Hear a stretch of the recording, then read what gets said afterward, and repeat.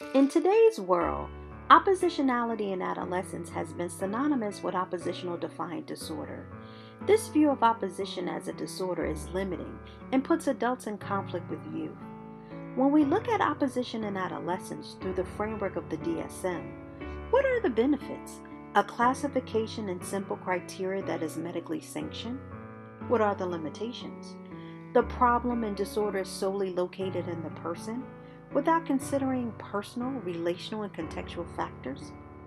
As a licensed clinical social worker who works with adolescents and their families, I receive referrals all the time focusing just on the behaviors and attitude of the adolescent, which adults find problematic. Often parents tell me their adolescent has oppositional defiant disorder. They discovered this on the internet via Google or was told by someone at the school. In my work with adolescents and their families, I have come to see the need for opposition to be seen on a continuum, with healthy and constructive degrees of opposition as a part of typical development at one end of the continuum, and opposition as a disorder at the other end. I argue not all opposition is a disorder or problematic. How we see and handle opposition in adolescence can become problematic. Therefore, it is important that we utilize a framework that allows for healthy degrees of opposition in adolescence.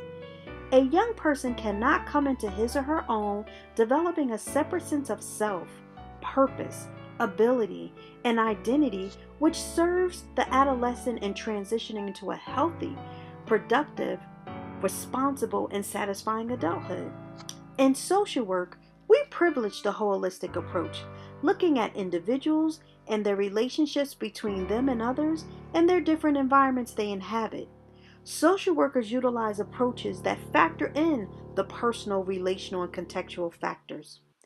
Looking at opposition as a part of typical adolescent development in relationship with others in their environment is a framework which opposition can be seen in a non-blaming and strength-based manner.